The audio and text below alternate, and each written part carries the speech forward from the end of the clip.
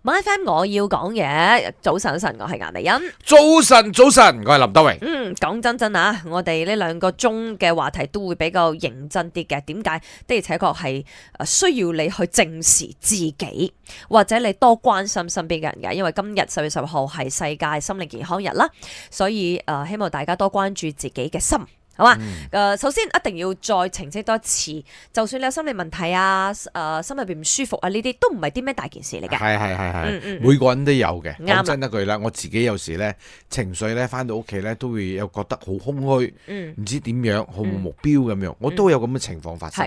但係因為我自己背負嗰個責任咧太大啦，呢一種情緒我唔可以俾自己太耐。我就好快咧，就諗一啲正面啲嘅嘢去解除咗佢。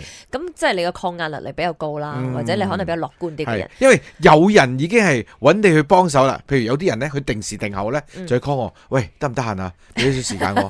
你係求實啦，係咪？有啲嘢好煩啊。佢純粹係想聽下你嘅一啲意見，又或者係借對耳仔訴苦，係啦。咁佢講完之後咧，你可能都冇俾到咩建議佢，但係佢成個人就舒服晒啦，係啦。咁咧，我哋其實就入咗呢個 mentalhealth.com.my 呢個 website， 亦都係一陣會聽到嘅呢位 Jolene 老師建議俾我哋可以去做自我檢測嘅其中一個 website， 亦都有一啲數據俾大家睇咧。click 入去啦嚇，佢嘅 main page 嗰度已經話你聽，10個人當中10個人當中就有1個會有 depression 嘅。depression 咧，佢可以係好輕微，都可以好嚴重。而女人嚟講咧，女仔嚟講咧，即係患有呢個 depression 憂鬱症嘅機率咧係高於男人50%嘅嚇。女人係比較多啲啦，係啦。而喺馬來西亞每日有10個人自盡。OK， 呢個係 from mentalhealth.com.my 嘅一個數據。咁而喺馬來西亞年輕人群當中咧，有20%都係面對緊呢個壓力同埋憂鬱症嘅問題嘅。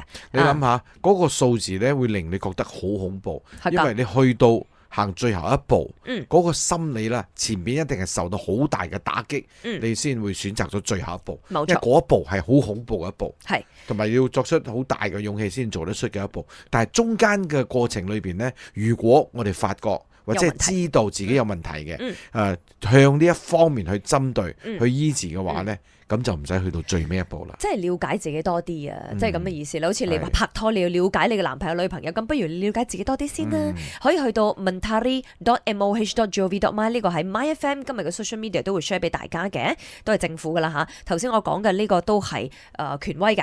mentalhealth.com.my 大家都可以去做一個 quiz 一個 test， 知道自己有咩問題。而今日咧，我哋就想聽聽聽眾們嘅故事啦。咁你係點樣發覺自己有心靈問題嘅咧？好多人唔知道自己有問題，或者你發覺你身邊有啲咩朋友曾經試過出事嘅，你發覺呢個人最近好唔對路，跟住你同佢傾咗之後咧，你救咗佢翻嚟。你如何發現佢有咩症狀，或者自己檢測自己嘅時候覺得自己有咩唔妥，可以同我哋 share。邊個唔想堅強啊？但係有啲人與生俱來佢個個性啦吓，就真係比較弱少少，或者甚至乎佢本來就係想太多嘅人。我相信你身邊總係有咁樣嘅人嘅，係嘛？咁如果你真係想太多嘅話，啲冇發生嘅嘢你就已經想像啦，係啦，佢會發生，所以你就會開始好多個焦慮咁樣啦，好多擔心嘅部分啦。咁今日咧，我哋點解會問大家，你如何發覺自己心靈有問題，或者你又如何發覺你身邊嘅人心靈有問題？係因為我哋一定要知道自己有咩問題，我先可以解決噶嘛，先至可以對症下藥噶嘛，係咪先？所以一定要自我檢測。我哋聽下你嘅朋友點樣發覺自己有事咧？我咧係受咗心靈的傷，喺新加坡長期被壞同事打壓啦，唔識反駁，等到最後得咗憂鬱症翻嚟，係好突然嘅。有一日突然間起身刷牙嘅時候，個手唔受控，然之後猛咁係咁喊啊！就算人哋咪望住我，我都覺得係人哋睇住我，眼淚係咁會流咯，好心入邊好驚咁。馬上就辭職翻嚟睇精神科醫生，食咗藥，日日係咁瞓，3個月做唔到工，所以真係幾痛苦下噶。OK 啊，至少你知道啊。係嗱，你而家咁講得出，同埋你咁講出嚟咧，已經證明你已經步入成功嗰方面啦。因為好多人咧收喺心裏邊，唔敢面對，謙格唔敢俾人知。你呢一個舉動咧，我哋係非常之開心嘅，繼續加油。係嘅，咁啊今日嚟講咧，由8點到9點啦嚇。因為由於老師咧講得好仔細，我都好想再即係 share 俾大家聽啦。佢係叫 Jolene 老師，係來自Real Life Clinic 嘅，佢係一個 certified 嘅counselor、psychology counselor。我哋又聽下佢一啲嘅分析，即係我盡量啦播完大家故事之後，再播老師話俾大家聽有咩症狀。假如你嘅心靈出咗少少問題，Jolene老師，請問心靈開始有點不舒服，是有什麼症狀的呢？情緒很容易的變化，就可能前1分鐘我本來都是在聽着人家說着笑話，我都很開心的一起笑，可是下1秒鐘或者是1分鐘後，我突然間覺得我很沮喪，我就很想哭，可是我又不曉得我自己為什麼那麼的傷心，我為什麼要哭？林生頭先就有講過佢有時都有咁嘅情況，而頭先嗰個女仔佢都有講，無啦啦朝早起身刷牙嘅時候都會喊。咁啊喊 control 唔到嘅，係咁喺度狂喊，就係佢嘅呢個心咧已經係受到太多嘅呢個抑鬱啦。啱啦，即係壓得自己太辛苦，自己突然間爆咗出嚟，即係咁樣咧。其實老師都有補充少少嘅，你唔好以為喊係有問題，其實笑都會係問題。你會不自覺地，明明唔係好笑嘅，有普通嘅，自己喺度狂笑，係啦，即係喺度笑。嗱，呢啲都係一啲心靈開始唔健康嘅症狀嚟噶吓，可以繼續同我哋講下你嘅故事，點樣發覺自己嘅問題，或者你又如何幫到身邊嘅人發覺佢有問題嘅咧？其中一種症狀啦，就係如果你會時不時心跳加速好快，唔係因為譬如你飲咖啡或者飲咗啲成人飲品而導致嘅一種情況，而係你嘅心情唔知點解啊，我見到一個人啊，去到某一種場合，你心跳加速，你瞓覺之前你都會心跳加速，嗱，呢啲都係你嘅心靈緊張、壓力所導致嘅一種症狀嚟嘅。即係反嘅，即係 suppose 係應該慢慢平靜去放鬆噶嘛，反而緊張就唔對路啦。都係啦，咁啊，我哋今日咧繼續會有嘅係Jolene 老師啦，佢係來自呢個 Relive Mental Health Clinic 嘅一位 Certified Counsellor 啦，同我哋分析下，同埋話你知其實有啲咩症狀。同埋我都要強調嘅就係今日佢 share 嘅呢啲症狀咧，係以佢多年嚟 ，OK 10幾年嚟嘅一啲經驗所得嘅，一啲好普通我哋都知道石發脾啊、暴力傾向呢啲肯定都有問題咗嘅。咁呢啲好普通嘅佢就冇提，佢反而提啲好細微嘅嘢。但係如果佢即係慣以為常，呢個人下下都係咁發脾氣噶啦。咁我覺得就 OK 啦，除非佢與生俱來佢性格，好似譬如白羊座嘅人就係0到100點噶嘛，你明唔明？講我咁嗰個性格問題就唔關佢心靈有問題，佢不嬲都臭脾氣嘅話，當然都可能需要改下嘅。OK， 好啦，我哋今日嚟聽下，究竟佢話我哋聽仲有啲咩症狀係大家應該要留意噶。如果是說再深入一點的話，你還沒有注意到你有這些小問題出現的時候，日子久了你會覺得說我對人生的期望突然之間好像不見了，或者是你突然間會覺得我的周遭全部都是灰暗的，我覺得我的人生已經沒有希望了，然後你會開始漸漸有一些很奇怪的或者是一個不正常的一個 action， 你就會開始說好，我原本非常珍惜的一份東西，你會突然間想要去送給別人，因為你覺得這些都是在 ready 你自己可能有那一些想要自殺的念頭，或者是想要開始傷害自己的念頭，你就會開始把你自己很喜歡的東西給別人。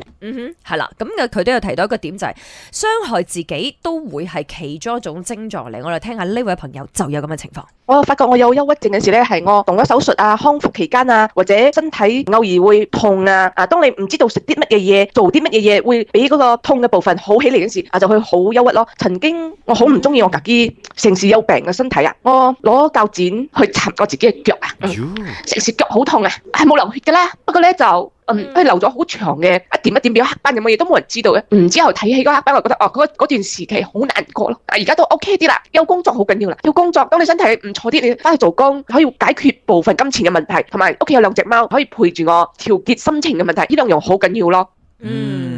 即係你自己都要揾一啲寄託。啱，譬如呢隻貓，佢需要你照顧噶，你一定要首先照顧好自己，然之後你好好地 take care 你嘅貓。有一份好嘅工作，分散你自己注意力，冇諗咁多。係，不過你聽得出佢一路講，佢都激動嘅。係啦，佢傷害自己嘅過程同埋點解佢傷害自己，佢控制唔到嘅時候咧，佢都傷心噶。係，即係呢啲嘢，當然啦，身邊嘅朋友可能冇關心到你，但係你放心，係有人會關心你嘅。同埋，我覺得你可以講出嚟。係，身邊你唔好覺得話，麻煩人哋，要人哋擔心啊。呢啲係真係諗多咗，因為你身邊嘅人一定係愛你嘅，好嘛？0165073333，繼續嚟講下，你如何發覺自己有問題，你如何治癒自己，或者你發覺你身邊嘅朋友有咩問題，等你嘅故事繼續守住係 My FM 陽光燦爛。今日咧就配合世界心靈健康日啦，所以我哋聽到好多人嘅一啲經歷㗎。係，再加埋咧咁啱，我哋今次嘅呢一個 Big Show 咧，都係講緊社會好多心理上嘅問題。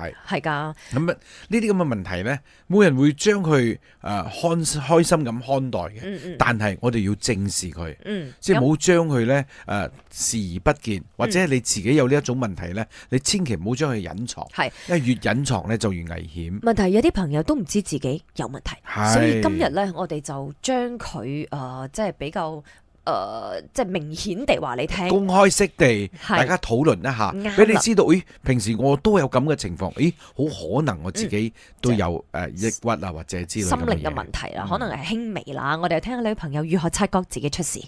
我從小到大都是一個蠻樂觀的人，就算是大家的開心果。然後其實我自己有 depression， 我自己是不知道的，直到有一次工作壓力太大，然後很多東西都給我造成壓力的時候，一次過襲來的時候，就感覺到稍稍不對勁，是因為我每天上班之前，我都會大哭一場，是沒有任何理由的哭，然後情緒一直非常低落，就是一整天不會有任何開心的事情，直到後面連門都不想出的時候，我就開始覺得自己好像真的有些不對勁。然後我是用了差不多1年多的時間來 recover。很多人都說有 depression 這個情緒呢，其實是一個很善良的人，因為他不想造成大家麻煩，所以就會把情緒放在自己身上，而不是放在別人身上。所以像如果你們有這種狀況，盡早找別人傾訴，再不然找不到你就去找心理醫生或者是心理諮詢，就聊一下，哭一下，大哭一場，你的情緒會好很多。係啦，即係你覺得自己突然間變咗，呢個亦都係 Jolene 老師一直同我哋提醒嘅嘢，就係如果你原本個性係咁就 OK，但如果你以前好似頭先咁講啦，我只係開心果嚟嘅，但唔知點解突然間會轉變，好唔想講嘢，好唔想見人，好想將自己收埋，係一個徵兆啦。有啲人呢可能知道自己開始有問題，但係佢掩飾，呢個係老師講嘅。還有一樣就是說，如果我原本是個很安靜的人，但是我突然之間變得很多話講，或者是我會突然間變得很不正常，我很愛大笑，這些也是其中一些徵兆。那你會覺得很奇怪啦，為什麼會有這樣奇怪不同的方法？因為這一些徵兆也是跟着那個人的性格上來的，或者是他遇到的問題呈現出來。因為我們英文講的 subconsciously， 你原本都很不開心，那你為了要表現出來給大家知道我很開心，或者是你想要掩蓋你的不開心，所以這些都是周遭的人可以盡量去注意到你身邊的人改變的一些變化。呢個係老師講話，第三者或者旁觀者你要多留意你嘅身邊嘅人嘅性格上或者係表情上嘅變化啦。一啲大嘅轉變呢，你可能呢就會留意得到。咁如果你真係好熟嘅話呢，有時細細嘅轉變呢，你都留意得到。譬如呢個人平時呢都好多嘢講嘅，霎時間今日成個 lunch 或者係喺公司裏邊呢，一句話都未出個聲，咁好可能呢，佢就遇到某些嘢。咁你就要約個時間，俾個機會佢向你透露。我都試過問我同事㗎，做咩你冇乜講嘢嘅？冇諗咁多，我喉嚨痛啫，死嘢！可以 WhatsApp voice message 同我哋講下你嘅故事 ，OK？ 你如何發覺自己心靈開始唔舒服呢？如果你自己真係救咗自己，點解咁講呢？因為我哋今日配合4月10號嘅世界心靈健康日啦，所以我哋將8點嘅話題延伸到嚟9點鐘㗎吓。如果你真係察覺到自己有問題，而真係面對兼到最後解決咗，而家又一條好漢健康起嚟嘅話，你應該要為自己覺得驕傲。係，再加埋咧呢啲咁嘅 motivation 呢啲咁嘅分享咧，對於我哋而家聽緊嘅聽眾嚟講，即係佢可能而家遇到同樣你嘅情況，係啦，佢一聽到你點樣走出嚟咧，可能都幫到佢。即係你係過來人。有啲朋友已經 text 入嚟咧，同我哋講多謝我哋今日開呢個話題咧，因為佢自己都面對緊呢個問題，都唔知點樣去解決。都多謝嗰啲朋友到依家都繼續 WhatsApp 入嚟啦，而且佢哋係真係講佢哋嘅故事，即係2-3分鐘嘅 voice message 㗎吓。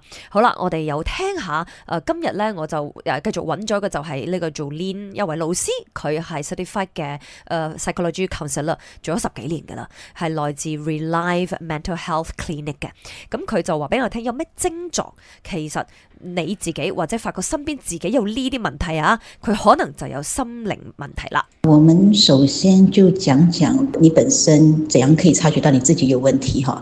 其實最容易察覺到的就是可能你會發現到你的飲食開始有一些的不正常，比如我平常可能就吃一碗飯，可是突然就在一個很短暫的時間，可能隔一天或者是一個禮拜後，我突然間覺得我少吃很多，或者是我暴飲暴食的吃得很多，那個是其中一個很容易被發現的狀況，因為我們每天人都要吃的嘛。OK， 佢係反常嘅一種飲食習慣，如果有改變嘅話，就係其中一樣。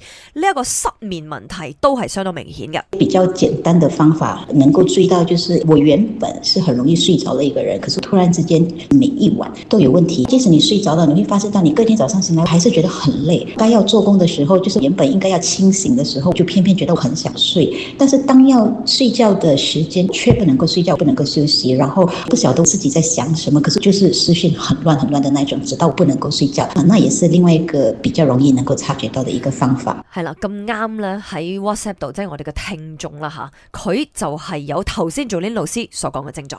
我發現到自己有強迫與焦慮症的時候，是在 MCO 時期，那個時候平時喜歡煲連續劇的我都變到沒有興趣，而且就連吃飯全部都沒有胃口，每天晚上也很難入眠。我可以持續了1個星期都沒有什麼有睡到覺，就是要入眠的時候就覺得頭腦很 active，所以那個時候的自己在1個月裡面也瘦了10公斤。那個時候我就去選擇去見了心理醫生，心理醫生也是有說給了我一些藥，也是有告訴我，其實最重要是要靠自己慢慢的去想開。其實我們有很多的管道都可以知道，有些人他們會在那邊分享他們的經歷和過程，而且他可以教我們一些方法，怎樣去 overcome it。所以我也是在那些地方慢慢的學會怎麼 overcome。現在變得好多了，可是這種情況它不會完全的斷根，可是我們至少可以懂得怎麼去 handle it，就不會感覺這麼辛苦。係㗎，咁真係要尋求幫助啦，無論專業嘅醫生或者係一啲社團，因為佢哋裏邊係好團結嘅。啱，因為你踏出咗呢一步咧，你就自自然然咧，佢有方向俾你行㗎。係㗎，